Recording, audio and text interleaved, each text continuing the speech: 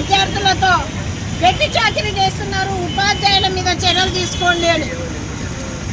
Gudur MEO సునీలమ్మ enquiry చేసి report ఇవ్వమని DEO గారు ఆదేశిస్తే ఆమె రిపోర్ట్లో ఏం చేస్తుందంటే పిల్లలు ఇష్టపూర్వకంగా పనిచేశారు, పిల్లలు వాళ్ళంతకు వాళ్ళే నీళ్లు మోసారు, పిల్లలు వాళ్ళంతకు వాళ్ళే బైకులు కడిగారు అని ఆమె ఒక తప్పుడు నివేదికను ఇవ్వడం జరిగింది.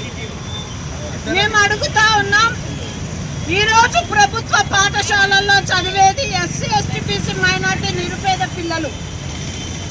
ఈరోజు ఎవరైతే ఉపాధ్యాయులు లక్షలకు లక్షల జీతాలు తీసుకుంటూ స్కూళ్ళలో పాఠాలు చెప్తున్నారో ఆ ఉపాధ్యాయులందరూ కూడా వాళ్ళ పిల్లలు ప్రైవేటు పనుల్లో కార్పొరేట్ పనుల్లో చేర్పించుకొని చదివించుకుంటున్నారు. మీ పిల్లల్ని అక్కడ పనులు చేపిస్తే మీరు ఎట్లాగే సమర్థిస్తారని మేము అడుగుతా ఉన్నాం. ఎంఈఓ గారిని కూడా అడుగుతా ఉన్నాం, మీ పిల్లల్ని పాఠశాలల్లో పనులు చేపిస్తే మీరు ఇట్లేగా సపోర్ట్ చేస్తారని చెప్పిస్తున్నాం. ఒక పక్క రాజ్యాంగం చెప్తా ఉంది పిల్లలతో పనులు చేయించొద్దండి అని. రాజ్యాంగం అంటే వీళ్ళకు లెక్కలేదు. ఒక ఉపాధ్యాయుడు టేబుల్ మీద కాళ్ళు వేసుకొని కాళ్ళు పెట్టుకొని పాఠాలు చెప్తాడు. ఈరోజు మన ఊరు మనబడి ఈరోజు ప్రభుత్వ నిధులతో ఈరోజు బళ్ళను పాఠశాలలను డెవలప్ చేస్తూ ఉంటే నేటికి కూడా ఇంకా చెట్టు కింద పాఠాలు చెప్తున్నటువంటి పరిస్థితి. ఎండకు పిల్లలు కూర్చొని పాఠాలు వినాల.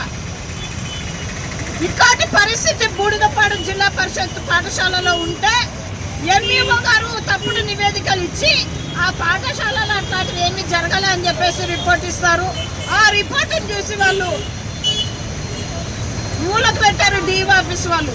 ఎప్పుడైతే మేము దానిని సోషల్ మీడియాలో వైరల్ చేయడం జరిగిందో సీఎంఓ ఆఫీస్ నుంచి డిఓ ఆఫీస్కి ఒక నోటీసు రావడం జరిగింది. అప్పుడు వాళ్ళు స్పందించి పాత డేట్లు వేసి షోకాస్ నోటీసులు ఇస్తారు డిఓ ఆఫీస్ వాళ్ళు.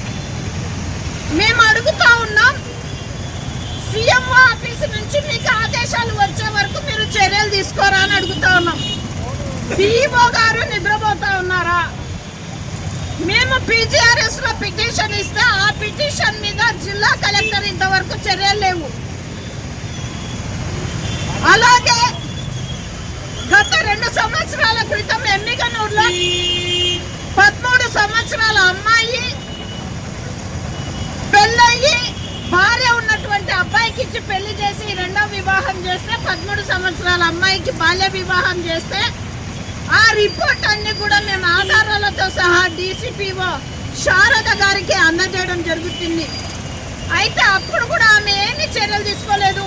ఇదే కలెక్టర్ ఆఫీస్ ముందు ఇక్కడే ధర్నా చేయడం జరిగింది 2 సంవత్సరాల క్రితం.